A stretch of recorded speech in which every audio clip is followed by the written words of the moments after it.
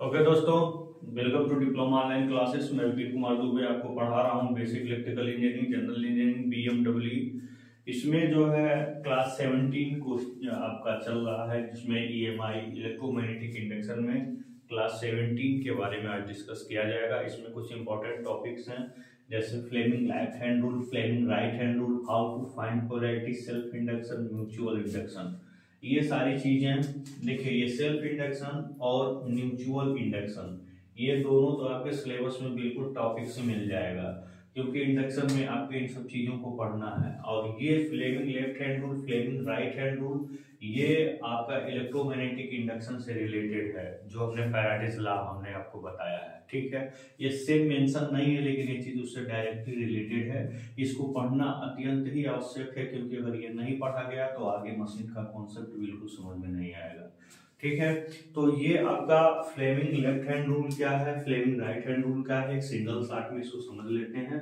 फिर हम आपको ये बताएंगे कि पोलैरिटी कैसे निकाली जाती है, कोई इलेक्ट्रोमैग्नेट है, मशीनों में किस प्रकार से मैग्नेट बना करके पोलैरिटी निकाली जाती है। इन सब की का जो बेसिक कॉन्सेप्ट है आज हम क्लियर कर देंगे। उसके बाद सेल्फ इंडक्शन और म्यूचुअल इंडक्शन पर विचार करेंगे। उसमें हम आपको बताएंगे कि सेल्फ इंड्यूस्ड कैसे होता है, उसमें सेल्फ इंडक्टेंस क्या कहलाता है, म्यूचुअल इंडक्टेंस क्या कहलाता है। इन सारी चीजों को हम एक्सप्लेन करेंगे। तो now I am going to explain about the Fleming first of all right hand rule. सबसे पहले हम देखेंगे फ्लेमिंग राइट हैंड रूल। ठीक है, लेफ्ट नहीं, फ्लेमिंग राइट हैंड रूल, फिर लेफ्ट हैंड रूल देखा जाएगा। ठीक है, तो हम बात करने जा रहे हैं किस पर, फ्लेमिंग के दाएं हाथ का नियम, फ्लेमिंग के दाएं हाथ का नियम। दोस्तों इसको कहते क्या है, फ्लेमिंग राइट हैंड रूल। तो फ्लेमिंग राइट हैंड रूल के बारे में हम आज चल रहे हैं, डिस्कस करेंगे। इसको हम क्या कहते हैं, फ्लेमिंग राइट हैंड रूल।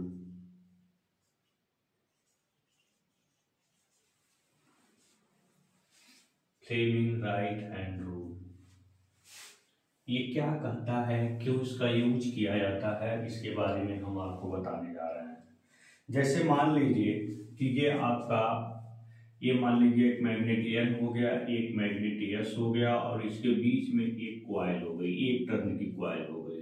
ठीक है ना, अब ध्यान दीजिए, ये आपके बीच में जो दो मैग्नेट पोलों के बीच में क्या होता है, मैग्नेटिक फ्लक्स होता है। तो मान लीजिए N और S के बीच में जो मैग्नेटिक फ्लक्स है, उस मैग्नेटिक फोर्स ऑफ लाइट को इस प्रकार से रिप्रेजेंट किया गया है। यह काल्पनिक है, कभी भी मैग्नेटों के बीच में दिखती नहीं है। ध्यान दीजिएगा इस बात का, ये कभी भी मैग्नेटों के बीच में आपको दिखती हुई नहीं मिलेगी, लेकिन इनके बीच मैग्नेटिक फ्लक्स है। तब थोड़ा सा ध्यान दीजिएगा कि अगर हम इस कॉइल को, हम मान लीजिए कि अगर मान लीजिए कि ये आपका एक छोटा सा तार है, ये देखते हैं, मान लीजिए एक पेज है ये, और ये आपका क्या है, मान लीजिए एक तार है। जब इसको हम एक टर्न लपेटेंगे ना, तो इसी तरह की आकृति आपको मिलेगी। ठीक है, इसलिए एक टर्न के कॉइल को यहाँ पे दिखाया गया है। अगर इसको हम किसी प्राइम मूवर या किसी भी डिवाइस के द्वारा, मान लीजिए डीजल इंजन ही, आज के समय डीजल इंजन ही ज्यादा यूज होता है, जो जनरेटर के पीछे लगा होता है, वो स्टार्ट होता है, वो जनरेटर के कॉइल को भी रोटेट कराता है। तो इसको हम इसको क्या किए, इसमें रोटेट कराए, तो फ्लक्स कॉइल से कटेंगे। जो फ्लक्स कॉइल से कटेंगे, तो मेरे प्यारे दोस्तों आप सभी जानते हैं कि जब फ्लक्स कॉइल से कटेंगे तो इस कॉइल में ईएमएफ इंड्यूस्ड होगा। अब जो ईएमएफ इंड्यूस्ड होगा उसका डायरेक्शन क्या होगा, यू डोंट नो, आप नहीं जानते हैं इसका डायरेक्शन क्या होगा। कि जो ईएमएफ इंड्यूस्ड होगा उसके द्वारा जो फ्लो होने वाली करंट है, वो करंट ऐसे फ्लो होगी कि वो करंट ऐसे फ्लो होगी, आप डिटरमाइन नहीं कर सकते। क्या कर सकते हैं, नहीं कर सकते, कल्पना के द्वारा तो नहीं किया जा सकता है। इसको जानने के लिए नियम बनाया गया, जिसको हम कहते हैं फ्लेमिंग राइट हैंड रूल।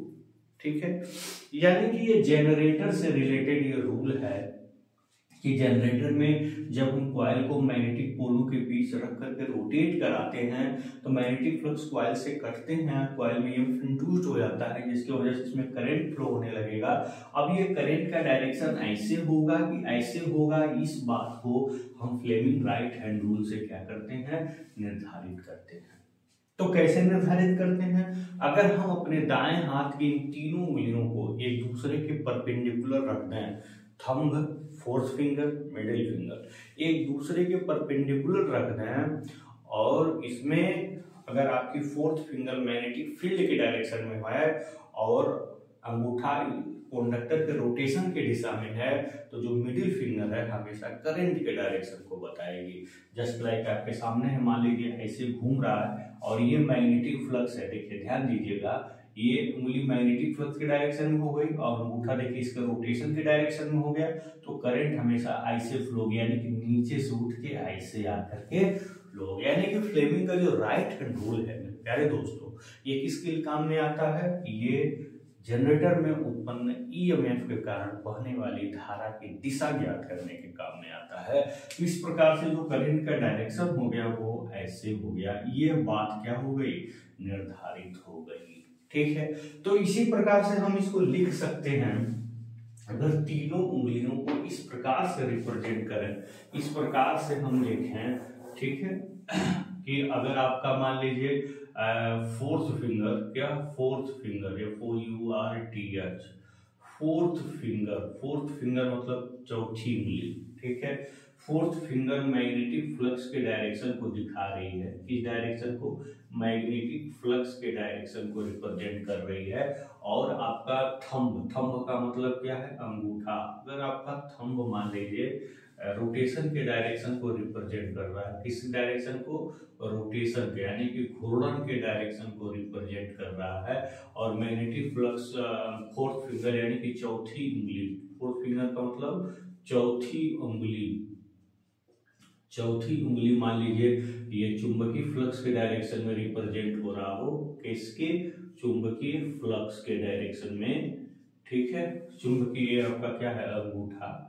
अगर दो चीज आपके सामने, मान लीजिए दोनों चीज तो आपको ज्ञात है, दोनों आपको मिले हुए हैं, आप जान रहे हैं कि एनसीएस मैग्नेटिक फ्लक्स है और हम क्लॉकवाइज डायरेक्शन में कॉइल को घुमा रहे हैं, दोनों तो हम जान रहे हैं, इसलिए दोनों की दिशाओं में इन दोनों उंगलियों को रख देंगे, तो हमें मिलेगी क्या, तब हमको फाइंड होगी, तो विल फाइंड दैट, ठीक है, ठीक है, then will be find that, तब हमें तब प्राप्त होगा, क्या प्राप्त होगा,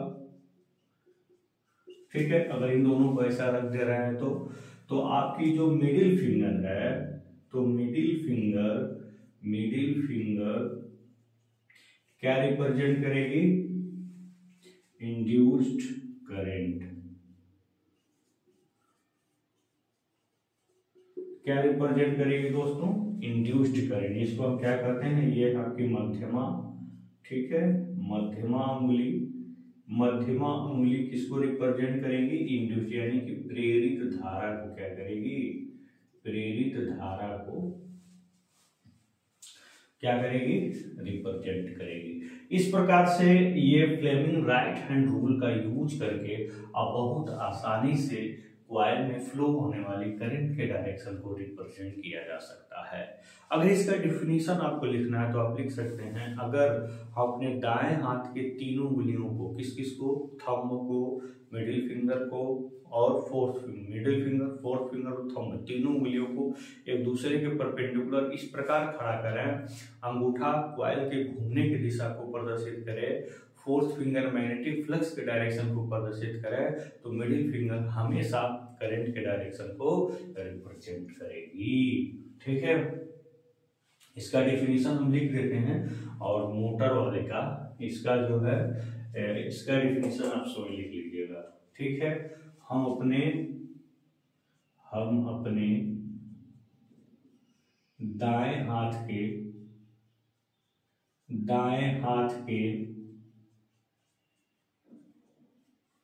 तीनों अंगुलियों हम अपने दाएं हाथ के तीनों उंगलियों, कौन कौन, मिडिल फिंगर, तीनों उंगलियों, किसको किसको, मिडिल फिंगर,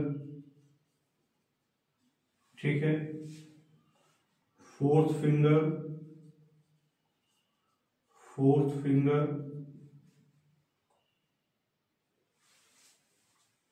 एक मिनट,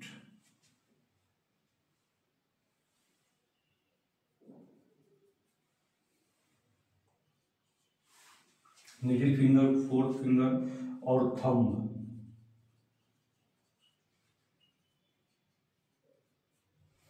को एक दूसरे के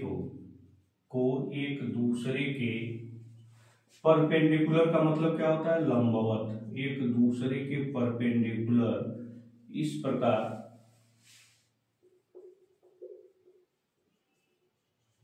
एक दूसरे के लंबवत इस प्रकार खड़ा करें, खड़े की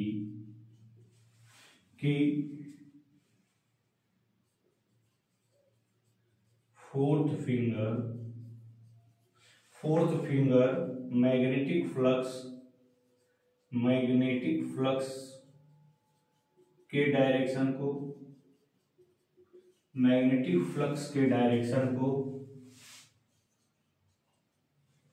थंब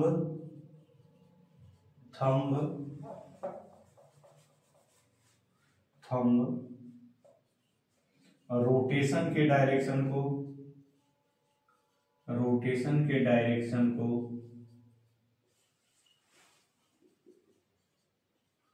प्रदर्शित करें,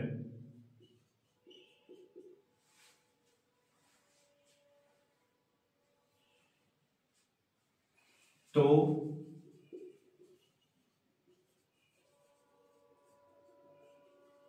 मिडिल फिंगर इंड्यूस्ड करंट के डायरेक्शन को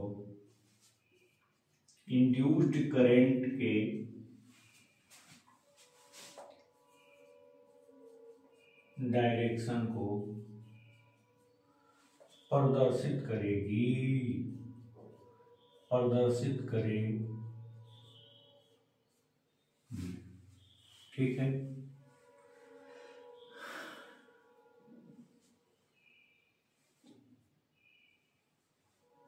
हम अपने दाएं हाथ के तीनों उंगलियों, मिडिल फिंगर, फोर्थ फिंगर और थंब को एक दूसरे के परपेंडिकुलर इस प्रकार खड़ा करें कि फोर्थ फिंगर मैग्नेटिक फ्लक्स के डायरेक्शन को, थंब रोटेशन के डायरेक्शन को प्रदर्शित करे, तो मिडिल फिंगर इंड्यूस्ड करंट के डायरेक्शन को क्या करेगी, प्रदर्शित करेगी। दोस्तों इस प्रकार से आपने फ्लेमिंग राइट हैंड रूल को देख लिया। अब हम देखेंगे फ्लेमिंग लेफ्ट हैंड रूल को, ठीक है। ये चीजें आपके लिए अत्यंत ही इंपॉर्टेंट है। अगर हम इसके एप्लीकेशन की बात करें, एक पॉइंट और, अगर हम इसके एप्लीकेशन की बात करें सॉरी, अगर हम इसके एप्लीकेशन की अगर हम बात करें तो इसका एप्लीकेशन कहाँ होता है, इन जनरेटर में इसका उपयोग किया जाता है इंड्यूस्ड करंट के डायरेक्शन को फाइंड करने के लिए, ठीक है।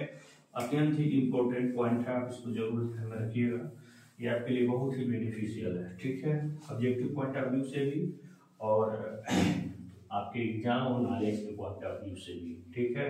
ये सारी चीजें इलेक्ट्रोमैग्नेटिक इंडक्शन के ही अंतर्गत आती हैं, ठीक है। ये जानना बहुत ही जरूरी था, इसलिए हमने बता दिया, ठीक है। फ्लेमिंग लेफ्ट हैंड रूल, ठीक है। फ्लेमिंग लेफ्ट हैंड रूल के बारे में अब हम बात करने जा रहे हैं, ध्यान से देखिएगा। फ्लेमिंग के बाएं हाथ का नियम, इसका डेफिनेशन हम नहीं लिखेंगे, आप स्वयं लिखेंगे, हम बस बता दे रहे हैं तरीका क्या है। अब मान लीजिए कि कोई मोटर है, मोटर में आप क्या करते हैं, करंट देते हैं, ठीक है, ध्यान दीजिएगा। मोटर में आप क्या देते हैं, करंट देते हैं, ठीक है। जनरेटर से करंट लेते हैं, इतना तो आप जानते ही हैं। ये आपका मान लीजिए मोटर के दो मैग्नेटिक पोल हैं और ये आपका उसमें एक कंडक्टर इस प्रकार से है, ठीक है। और इसमें करंट क्या है, मान लीजिए कि फ्लो हो रहा है, ठीक है, मान लीजिए करंट की फ्लो हो रहा है। तो आप जानते हैं कि जब मोटर में हम करंट फ्लो करवाते हैं तो उस पर क्या उत्पन्न होता है, एक टार्क उत्पन्न होता है, एक बलाघूर्ण उत्पन्न होता है। कैसे ये आता है, सारी चीजें मशीन में देखा जाएगा कैसे घूमने लगता है सब चीजें। यहाँ इस पर एक बलाघूर्ण उत्पन्न, बलाघूर्ण का मतलब क्या होता है, वह बल जो किसी ऑब्जेक्ट को उसके चारों तरफ क्या करता है, घुमाता है, वही बलाघूर्ण है। तो एक बल ऐसा इस पर क्रिएट होता है जिसके कारण ये चारों तरफ घूमने लगता है, यानी कि वो बलाघूर्ण है, टार्क है, ठीक है। तो इसमें क्या है, मैग्नेटिक फ्लक्स है, इसमें क्या है, मैग्नेटिक फ्लक्स है। अब ध्यान दीजिएगा, अब फिर क्या आपने लगा इसमें, फिर आपने क्या दिया इसमें आपने क्या करंट दे दिया, ठीक है, करंट दे दिया। करंट का डायरेक्शन भी आप जान रहे हैं, मोटर है, पंखा मोटर है, उसमें स्विच ऑन किया, करंट गया, घूमने लगा वो। जब वो घूमने लगा तो किधर घूमेगा, ऐसे घूमेगा कि ऐसे घूमेगा, ये आप नहीं जानना है, क्योंकि इफेक्ट है, ये जनरेट हो रहा है, इफेक्ट है ये, ठीक है। इफेक्ट जो होता है वो कैसे जनरेट, ऑलवेज अपोज द कार्ज, इफेक्ट ऑलवेज अपोज द कार्ज, लेट नहीं। तो इलेक्ट्रोमैग्नेटिक टार्क जो ये जनरेट हुआ है, ठीक है, ये इलेक्ट्रोमैग्नेटिक टार्क का डायरेक्शन क्या होगा, क्लॉकवाइज या एंटी क्लॉकवाइज, इस बात को हम कैसे डिटरमाइन करें।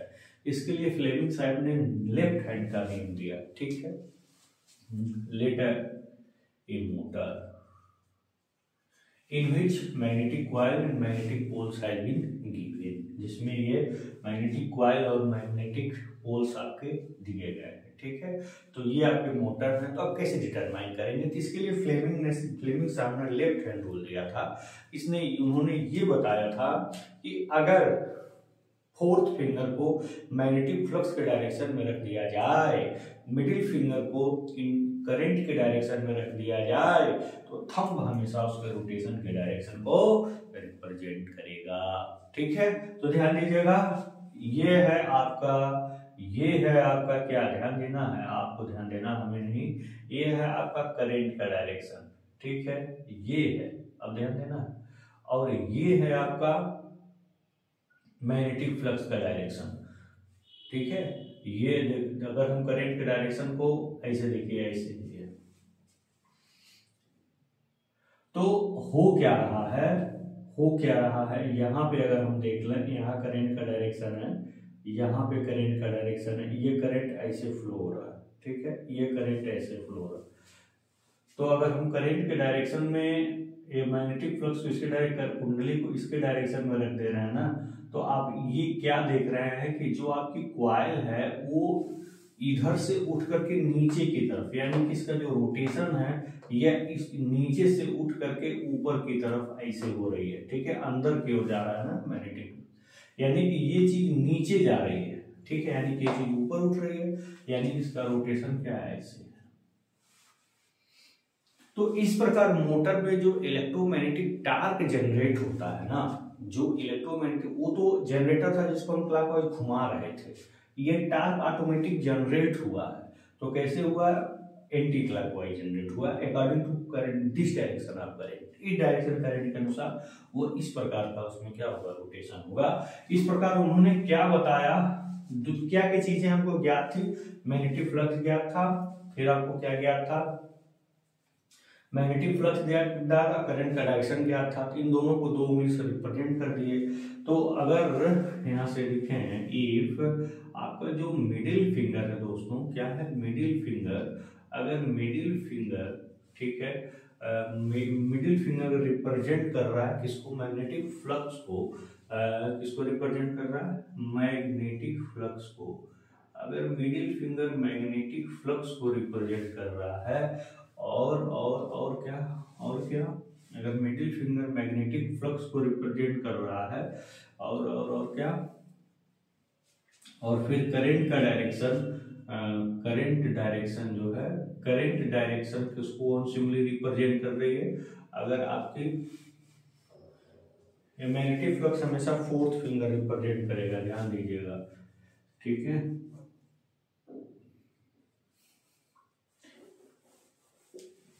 ये हमेशा करंट का डायरेक्शन क्या होगा, फोर्थ फिंगर, ठीक है, मैग्नेटिक फ्लक्स का डायरेक्शन को हमेशा फोर्थ फिंगर, चौथी उंगली रिप्रेजेंट करेगी, ध्यान देना है, कौन सी उंगली, चौथी उंगली, ठीक है, ये हो गया।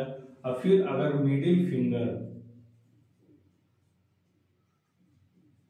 मिडिल फिंगर जो आपकी मध्यमा उंगली थी वो फ्लोइंग करंट, बहने वाली धारा को रिप्रेजेंट करे। किसको? Flowing current. फ्लोइंग करंट ये क्या है?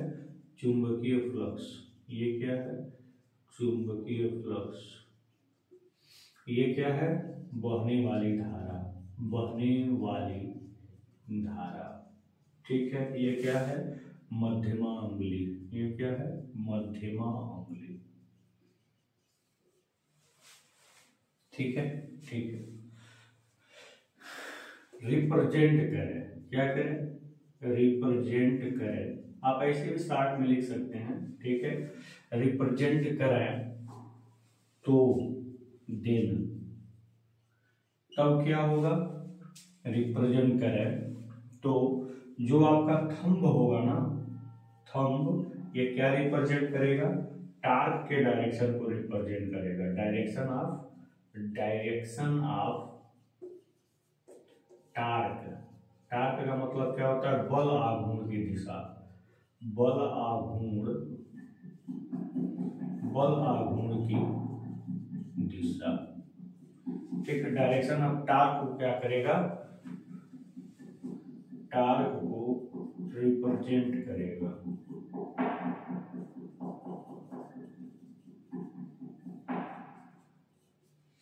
ठीक है। यदि fourth finger magnetic flux, middle finger बहने वाली धारा को रिप्रेजेंट करे तो जो थंब होगा और डायरेक्शन ऑफ टार्क को क्या करेगा? रिप्रेजेंट करेगा। बलागुण की दिशा को क्या करेगा? रिप्रेजेंट करेगा। ये है इसका पूरा fully operation Fleming left hand rule का। ठीक है। अगर हम इसकी एप्लीकेशन की बात करें, अगर हम इसकी एप्लीकेशन की बात करें दोस्तों, तो इसका एप्लीकेशन कहाँ है? इन मोटर। कहाँ होता है? इसका प्रयोग मोटर में होता है, ध्यान दीजिएगा। ठीक है। मोटर में टार्क की डायरेक्शन ज्ञात करने के लिए फ्लेमिंग का लेफ्ट हैंड रूल क्या होता है? यूज किया जाता है। इसी के साथ आपका फ्लेमिंग लेफ्ट हैंड रूल भी फाइंड हो गया। अब हम आगे बात करेंगे how to find polarity. Polarity इसमें कैसे डिटरमाइन की जाती है, आगे हम बात करेंगे। ठीक है। अत्यंत ही इम्पोर्टेंट और बेनिफिशियल लेक्चर होने वाला है आपके लिए। आप इसका जरूर लाभ लें प्यारे दोस्तों, और अपने साथी और दोस्तों को भी बताएं कि ये सारी चीज़ें इस प्लेटफॉर्म पे, इस जगह पे मिल रही हैं, तो आप सभी लोग इसका लाभ लें। ठीक है। चलिए अब आगे हम चलते हैं अत्यंत इम्पोर्टेंट टॉपिक के साथ, how to find polarity. Polarity को कैसे फाइंड किया जाता है, इसको थोड़ा सा हम फोकस करते हैं इस बात पे। मान लीजिए कि कैसे, मान लीजिए कि ये आपका इलेक्ट्रोमैग्नेट हो गया दोस्तों।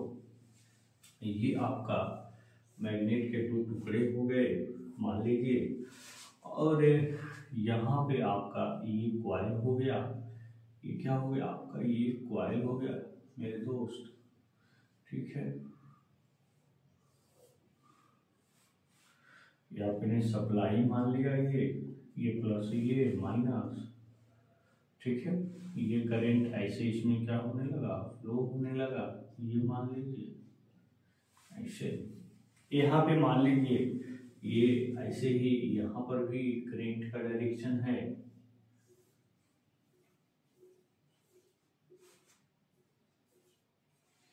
ठीक है। ये आपका करंट का डायरेक्शन है।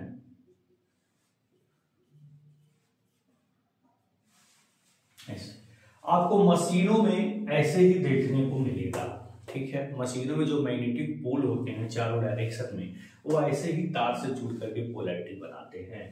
यहाँ पे मान लीजिए कि आपने सप्लाई करंट आई दे दिया, करंट फ्लो होने लगा, आयरन का टुकड़ा है, आपने तार लपेट दिया, ठीक है, बहुत अच्छी बात है, करंट फ्लो होने लगा, ये मैग्नेट बन गया। जब ये मैग्नेट बना तो भाई इसकी पोलैरिटी कौन सा साइड यस होगा, कौन सा साइड यस होगा, कैसे डिटरमाइन करेंगे?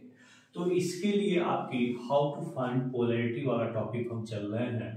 हाउ टू फाइंड पोलैरिटी, इसका मतलब क्या है? ध्रुवता कैसे ज्ञात करें। ध्रुवता कैसे ज्ञात करें, कैसे ज्ञात करें। हाउ टू फाइंड पोलैरिटी, ध्रुवता को हम कैसे ज्ञात करें दोस्तों। हाउ टू फाइंड पोलैरिटी, ध्रुवता को कैसे ज्ञात करें। तो इसके लिए हम हेलिक्स रूल यूज करते हैं, ठीक है। By we find polarity by helix rule or Clark rule। ये केवल जानने के लिए है, ये कभी एग्जाम में आपसे पूछेगा नहीं, ठीक है। ये जानने के लिए बस दोस्तों, आप इसको जानिए, ताकि हम सेल्फ इंडक्शन पढ़ाएंगे तो आप पोलैरिटी कैसे जान पाएंगे, कौन सा आइडियन है कौन सा आइडियन है। म्यूचुअल इंडक्शन बताएंगे तो पोलैरिटी कैसे जान पाएंगे, कौन सा आइडियन है कौन सा। In order to find the polarity in mutual induction and self induction we shall have to know about the polarity rule, how to find polarity rule in electromagnet. It's a very need to knowledge you, ठीक है। तो यहाँ पे हम देखेंगे कैसे इसको निर्धारित करेंगे। फ्लेमिंग हेलिक्स रूल में क्या है, अगर हम अपने दाएं हाथ के मूल्यों को करंट के डायरेक्शन में रखें, दाएं हाथ की मूल्यों को करंट के डायरेक्शन में रखें, तो अंगूठा हमेशा यन सिरे को रिप्रेजेंट करेगा, ठीक है। तो इसको ऐसे लिख सकते हैं, यदि अपने दाएं हाथ के, यदि हम अपने दाएं हाथ के अंगुलियों को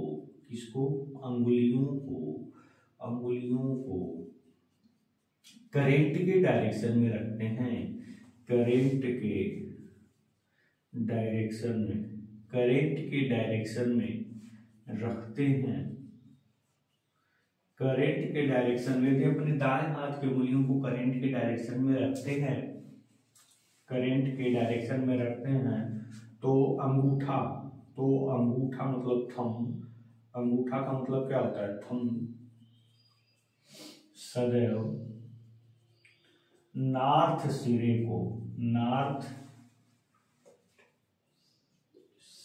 को प्रदर्शित करता है। क्या करता है, प्रदर्शित करता है। इसी को हम थंब रूल भी कर सकते हैं और इसी को हम हेलिक्स रूल भी करते हैं। क्या कहते हैं, हेलिक्स रूल भी कहते हैं दोस्तों, ठीक है। तो ऐसे आप पोलैरिटी निकाल सकेंगे। यहाँ पे देखिए, करंट के डायरेक्शन को उंगलियों की दिशा में रखना है, तब उठाने की फ्लक्स क्या जा रहा है, अंदर जा रहा है। तो फ्लक्स अंदर किस साइड से जाता है, यस साइड से जाता है। यहाँ पे देखिए, उंगलियों को रखे, अंगूठा बाहर, यानी कि फ्लक्स कहाँ जा रहा है, ऊपर जा रहा है। किस साइड से ऊपर जाता है, बाहर निकलता है, यन साइड से। ऐसे आप हेलिक्स रूल से क्या कर सकते हैं, आप आसानी से पोलैरिटी क्या कर सकते हैं, दिखा सकते हैं। क्योंकि अगर पोलैरिटी आप नहीं जानेंगे तो आगे के जो इम्पोर्टेंट पॉइंट्स हैं वो आप नहीं समझ पाएंगे, ठीक है। तो चलिए हम बात करते हैं, अब आगे हम बात करते हैं कि क्लार्क रूल से हम कैसे इसी चीज को डिटरमाइन करते हैं, ठीक है। क्लार्क रूल कैसे इसमें बेनिफिशियल होता है, ठीक है।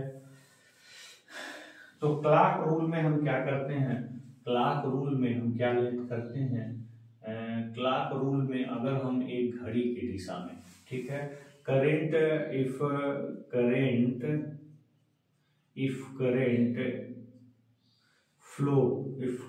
फ्लो यदि धारा बहती है इन डायरेक्शन ऑफ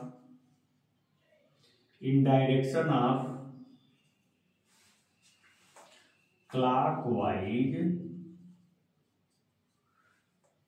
मतलब अगर करंट फ्लो होती है इन डायरेक्शन ऑफ क्लॉकवाइज, घड़ी के दिशा में अगर धारा बहती है, तो then that polarity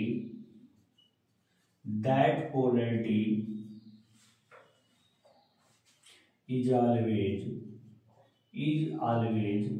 n side. क्या होती है, n साइड।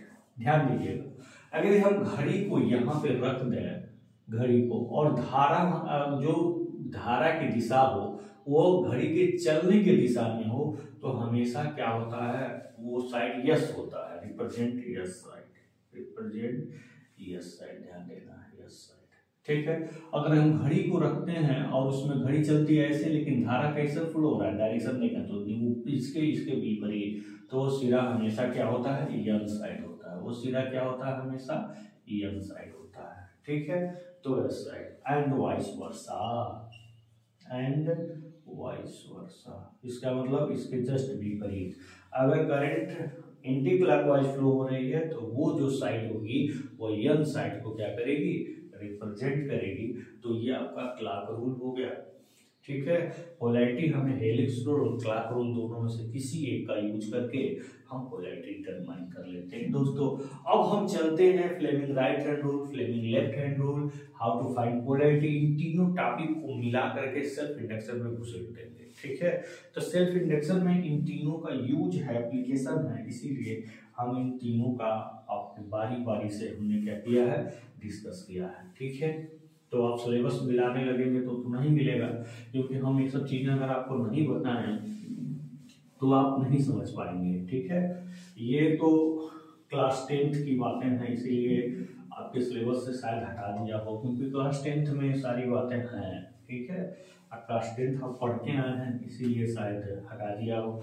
तो हमने बेसिक चीजें पहले क्लियर की हैं ताकि अगली टॉपिक आपको समझ में आ जाए। तो फिर हम आप बात करेंगे किस पे, सेल्फ इंडक्शन पे। सेल्फ इंडक्शन, सेल्फ इंडक्शन दोस्तों, इसको हम कहते हैं स्वप्रेरण। क्या कहते हैं, स्वप्रेरण। चलिए हम इस पर अब बात करते हैं कि स्वप्रेरण है क्या चीज और ये हमें बताती क्या है, ठीक है। तो हम बात करते हैं किस टॉपिक पर, सेल्फ इंडक्शन पे। तो यहाँ पे हम एक क्या करते हैं, एक फिगर बना लेते हैं, एक सिंगल साथ में हम यहाँ पे एक फिगर बना लेते हैं मेरे प्यारे दोस्तों, और देख लेते हैं क्या। ये मान लीजिए कि आपके अंदर रियास्टेट हमने लगा दिया, जिसमें करंट का डिफरेंट डिफरेंट डायरेक्शन पे, करंट इसी के डायरेक्शन के अनुसार ही क्या हो रही है, फ्लो हो रही है।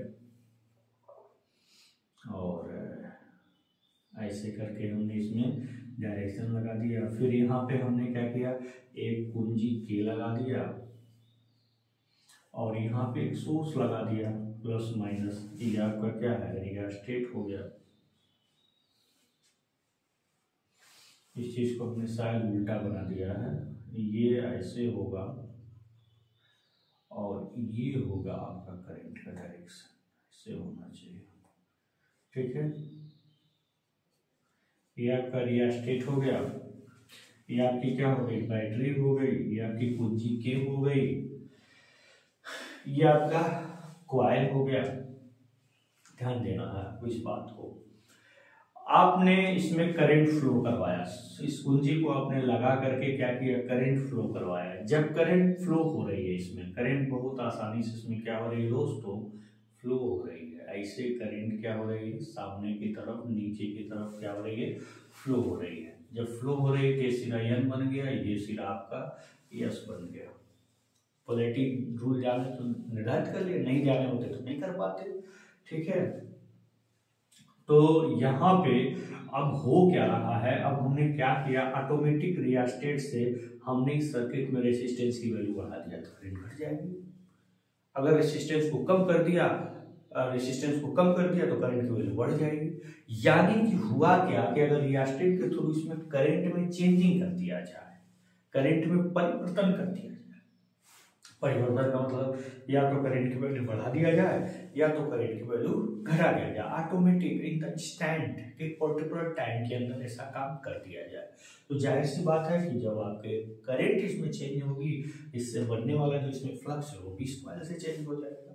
जब फ्लक्स कॉइल से चेंज होगा तो इस कॉइल में एक इंड्यूस्ड ईएमएफ क्या होगी दोस्तों, जनरेट होगी।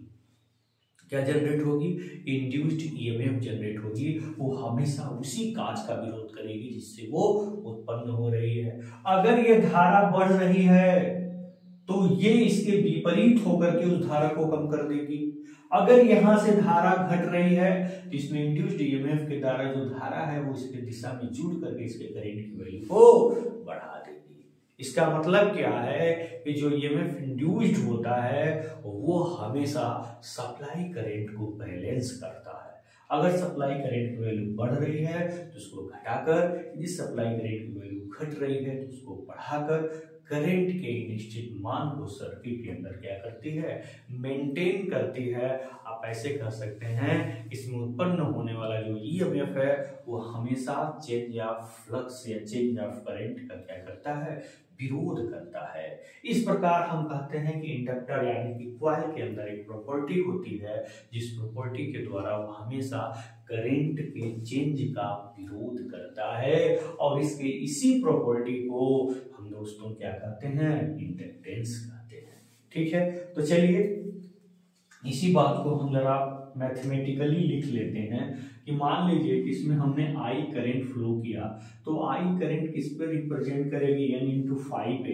भाई जितना ज्यादा आपका करंट होगा उतना ज्यादा मैग्नेटिक फ्लक्स होगा, यानी कि अगर यहाँ पे लिखेंगे पहले इसमें ये बात लिखेंगे, यदि यहाँ पे लिखेंगे यदि इफ आई क्या है, फ्लोइंग करंट, क्या है आई क्या है, फ्लोइंग करंट, एन क्या है, नंबर ऑफ टर्न। मान लीजिए कि इसमें कुंडलियों में जो नंबर ऑफ टर्न है वो क्या है, एन है, और इसमें जो लिंक करने वाला फ्लक्स है, ठीक है, क्या बोलेंगे इसको, लिंकिंग फ्लक्स, ठीक है, बी। यदि मान लीजिए कि आई एम्पियर करंट फ्लो हो रहा है, कुंडली में एन नंबर ऑफ टर्न है और उसमें 5 फ्लक्स लिंक कर रहा है, तो ठीक है वो तो क्या होगा, आपका जो n इंटू 5 होगा वो डायरेक्टली प्रोपोर्शनल टू क्या होगा, आई क्या होगा, 5 उससे भी रिप्रेजेंट कर सकते, कोई बड़ी बात नहीं है। फिर n 5 जब प्रोपोर्शनलिटी सिंबल हटेगा तो कांस्टेंट आएगा, यानी कि अगर हम बात करें l की, तो जहां l क्या है, अगर हम बात करें तो भैया l क्या है आपका सेल्फ इंडक्टेंस, इसी को हम क्या कहते हैं, सेल्फ इंडक्टेंस कहते हैं। प्यारे दोस्तों इसी को ही हम क्या कहते हैं, सेल्फ इंडक्टेंस कहते हैं। ठीक है, यदि हमने यहाँ पे इसको डिफाइन अगर करना हो, सेल्फ इंडक्टेंस को मतलब क्या है, स्वप्रेरकत्व, इसी को हम क्या कहते हैं, स्वप्रेरकत्व कहते हैं, स्वप्रेरकत्व। ये क्या है, सेल्फ इंडक्टेंस का मतलब स्वप्रेरकत्व।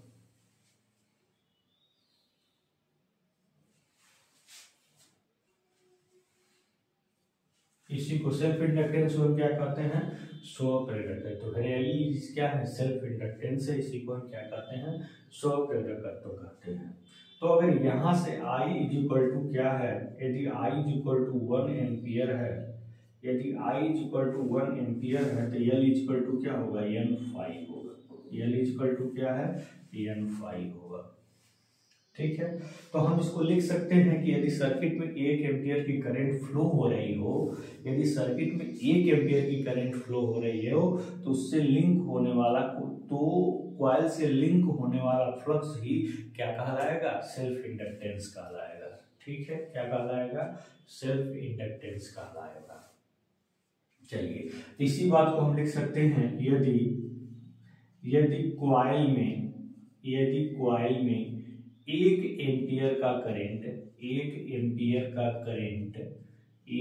एम्पियर का करंट फ्लो हो रहा हो, क्या हो रहा हो, फ्लो हो रहा हो, यदि कॉइल में 1 एम्पियर का करंट फ्लो हो रहा हो, तो उस कॉइल से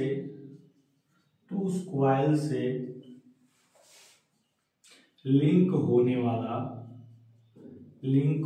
वाला फ्लक्स ही क्या कहलाएगा, स्वप्रेरकत्व कहलाएगा। क्या कहलाएगा, स्वप्रेरकत्व कहलाएगा। यदि कॉइल में 1 एम्पियर करंट फ्लो हो रहा हो तो उस कॉइल से लिंक होने वाला फ्लक्स ही क्या कहलाएगा, स्वप्रेरकत्व कहलाएगा। स्वप्रेरकत्व सेल्फ इंडक्टेंस क्या करेगा, यदि कॉइल में 1 एम्पियर करंट फ्लो हो रहा हो तो उस कॉइल में लिंक होने वाला फ्लक्स ही क्या कहलाएगा, स्वप्रेरकत्व कहलाएगा। इसका मात्रक क्या होता है, इसका मात्रक हेनरी होता है। इसका मात्रक क्या होता है, इसका मात्रक हेनरी होता है।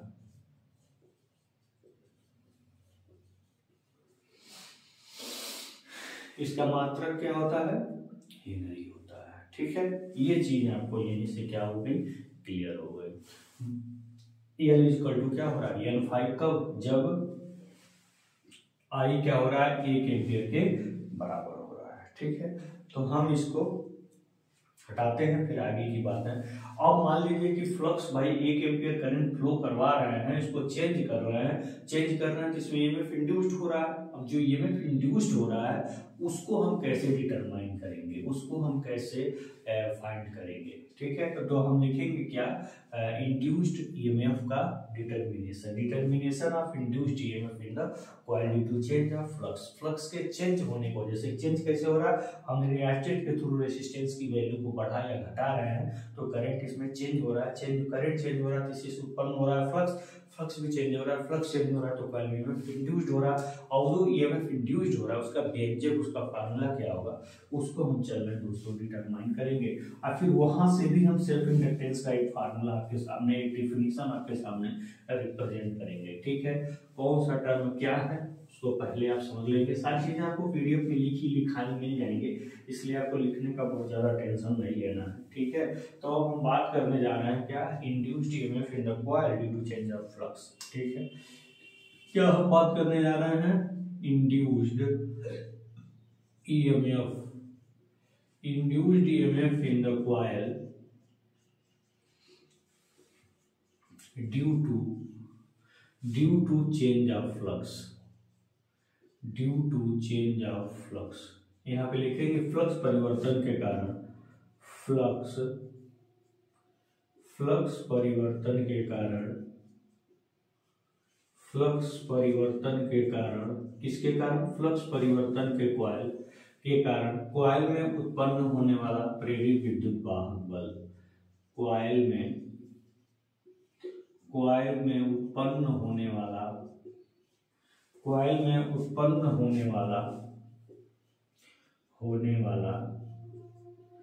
प्रेरित विद्युत वाहक बल। ठीक है, इसी का हम क्या कर रहे हैं, ये फार्मूला डिटरमाइन करने जा रहे हैं। तो कैसे डिटरमाइन करेंगे देखते हैं। We know that according to Faraday's law, हम क्या जानते हैं, अकॉर्डिंग का मतलब के अनुसार, अकॉर्डिंग टू का मतलब के अनुसार, किसके अनुसार, फैराडेज लॉ के अनुसार हम जानते हैं कि induced EMF is equal to, यहाँ पे लिख दीजिए, induced EMF is equal to N D phi by D T. ठीक है, D phi by D T क्या है, सारी चीजें बगल में मेंशन जरूर करनी होती है। Rate of change of flux क्या है, ये rate of change of flux क्या है, ये rate of change of flux.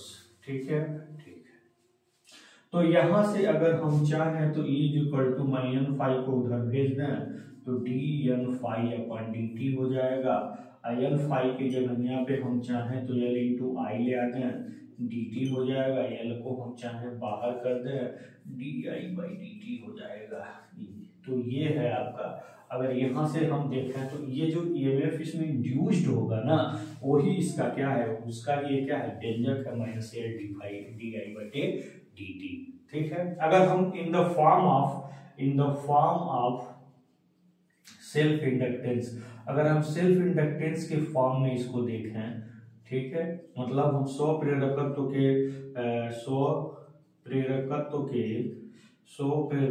के रूप में इसको हम देखें, के रूप में अगर हम इसको देखें तो हमें क्या मिलेगा हमको यल अपान क्या होगा, minus E upon D I बटे डी टी।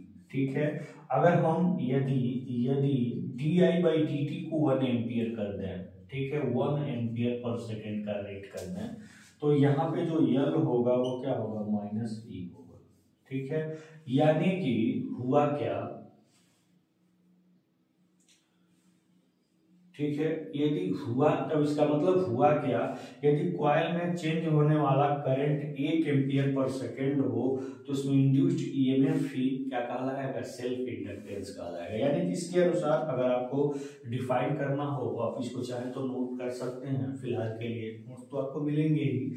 अगर आप इसको डिफाइन करना चाहते हैं तो बगल में आप इसको अच्छे तरीके से सेल्फ इंडक्टेंस को आप क्या कर सकते हैं, डिफाइन कर सकते हैं।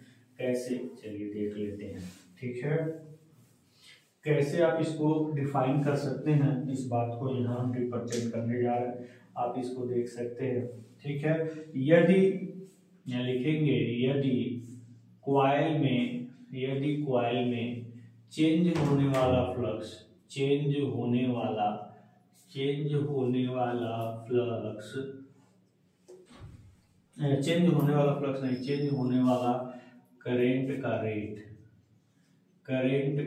रेट का मतलब दर, रेट 1 एम्पियर पर सेकेंड हो, 1 एम्पियर पर सेकेंड हो, तो उसमें उत्पन्न प्रेरित विद्युत वाहक बल ही, प्रेरित विद्युत वाहक बल ही, क्या बल ही क्या कहलाता है,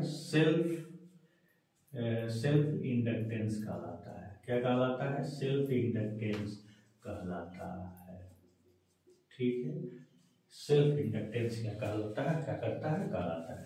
यदि कॉइल में चेंज होने वाला करंट का रेट अगर 1 एम्पियर पर सेकेंड है तो जो ईएमएफ इंड्यूस्ड हो रहा वही क्या कहलाता है, सेल्फ इंडक्टेंस। यहाँ माइनस का कोई विशेष मतलब नहीं, बस यही है कि EMF always oppose the cause, EMF सदैव उसी कारक का अपोज करता है जिससे वो उत्पन्न होता है, अकॉर्डिंग टू लेंज लॉ, जैसे कि हमने बताया था। तो ये है आपका सेल्फ इंडक्टेंस का एक दूसरा फार्मूला। इसका मात्रक हम जानते हैं क्या होता है, इसका मात्रक जिसको हम पहले भी एक्सप्लेन कर दिए हैं, यहाँ भी हम बता रहे हैं। इसका मात्रक क्या होता है, इसका मात्रक हेनरी होता है। अगर मान लीजिए कि हमको एक हेनरी को रिप्रेजेंट करना हो, एक हेनरी का डिफिनीशन देना हो तो कैसे देंगे, डिफिनीशन, हमको डिफिनीशन देना है 1 हेनरी का, तो इसको हम कैसे डिफाइन करेंगे, इस बात को हम जरा देख लेते हैं। ठीक है, डिफिनीशन ऑफ 1 हेनरी, अगर हम यहाँ पे di/dt को 1 कर दें, di/dt को 1 एम्पियर पर सेकेंड कर दें, वो और जो ईएमएफ इसमें इंड्यूस्ड हो रहा है ना वो भी 1 वोल्ट ही हो। ठीक है, और ईएमएफ इंड्यूस्ड ईएमएफ भी 1 वोल्ट हो, इंड्यूस्ड ईएमएफ जो ई है वो भी क्या हो, 1 वोल्ट हो। तो ध्यान दीजिएगा, जो आपका इंडक्टेंस होगा वो क्या होगा, चूंकि यल है तो ये हेनरी ही है, तो ऊपर और नीचे दोनों 1 हो गए तो क्या हो जाएगा, 1 और 1 दोनों 1 हो गए, यानी कि हुआ क्या, 1 हेनरी। क्या हो गया, 1 हेनरी। यहाँ पे लिख सकते हैं, यदि जो करंट का चेंज है रेट वो 1 एम्पियर पर सेकेंड हो और इसमें इंड्यूस्ड ईएमएफ भी 1 वोल्ट हो, 1 वोल्ट हो, तो उस कॉइल का सेल्फ इंडक्टेंस क्या होगा, तो सेल्फ इंडक्टेंस, उस कॉइल का सेल्फ इंडक्टेंस 1 हेनरी होगा, 1 हेनरी होगा। ठीक है, इसी बात को नीचे भी चाहे तो लिख सकते हैं। इस प्रकार से अगर हम दोनों को 1 कर दें तो यल क्या होगा, 1 हेनरी होगा। इस तरह से आप 1 हेनरी का भी डिफिनीशन देख सकते हैं। तो जो इसमें ईएमएफ इंड्यूस्ड हुआ है उसके डायरेक्शन को अगर हमें रिप्रेजेंट करना हो, जैसे मान लीजिए मेन करंट इंक्रीज कर रहा है या मेन करंट डिक्रीज कर रहा है, तो उसको हम कैसे दिखाएंगे उसको भी हम देख लेते हैं। इसको हमने मिटा दिया, गलती कर दिया, नहीं मिटाना चाहिए था। यहाँ पे जो आपका अगर मेन करंट इंक्रीज हो रहा है तो इंड्यूस्ड ईएमएफ का करंट कैसा होगा, अगर मेन करंट डिक्रीज कर रहा है तो इंड्यूस्ड ईएमएफ का करंट कैसे होगा उसको हम देख लेते हैं। ठीक है, देख लेते हैं दोनों को अलग अलग करके।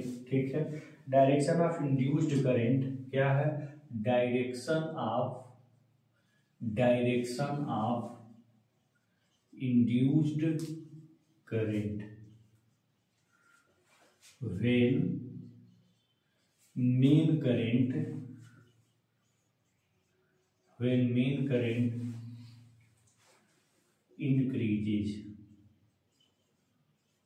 ठीक है, जब आपका मेन करंट इंक्रीज कर रहा हो तो इंड्यूस्ड ईएमएफ का डायरेक्शन क्या होगा, देख लीजिएगा।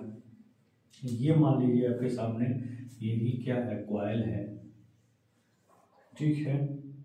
और ये आपका क्या है, रियास्टेट है, जिसमें करंट के डायरेक्शन को, ये मान लीजिए आपकी कुंजी है, और ये आपका क्या है, बैटरी है, ये के है, बी है, और ये आपका क्या है, रियास्टेट है। ठीक है, ये सारी चीजें आपके सामने हैं।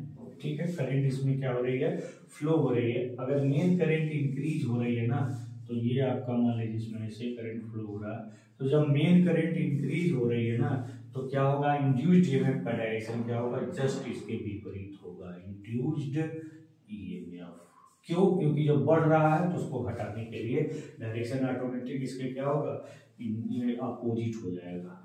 ठीक है, अगर मान लीजिए इसी बात को हम दूसरे तरीके से रिप्रेजेंट करें, direction of induced current when main current decreases. ठीक है, अगर हम इसी बात को लिखें, इसी बात को मान लीजिए ऐसे लिखते हैं, डायरेक्शन ऑफ क्या, डायरेक्शन ऑफ मेन करंट,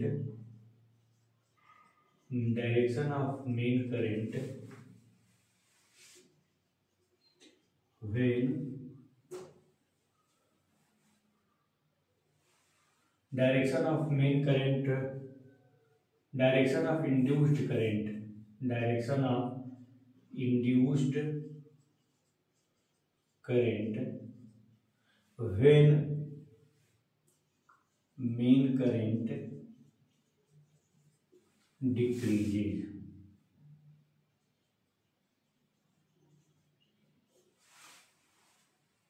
जब मेन करंट डिक्रीज हो रहा हो तो उस समय ईएमएफ का डायरेक्शन क्या होगा, यह देख लीजिए, सेम यही चीज होगा, यही चीज आप बना लीजिए फिगर में सेम, और इंड्यूस्ड करंट का डायरेक्शन इसके दिशा में दिखा दीजिए, बस हो गया। ये फिगर बना करके, ये मान लीजिए आपकी कॉइल ऐसे ही है ना, ऐसे ही फिगर बना करके इंड्यूस्ड ईएमएफ का करंट का डायरेक्शन फ्लो होने वाली करंट के डायरेक्शन में लगा दीजिए। चलो कर ही देते हैं।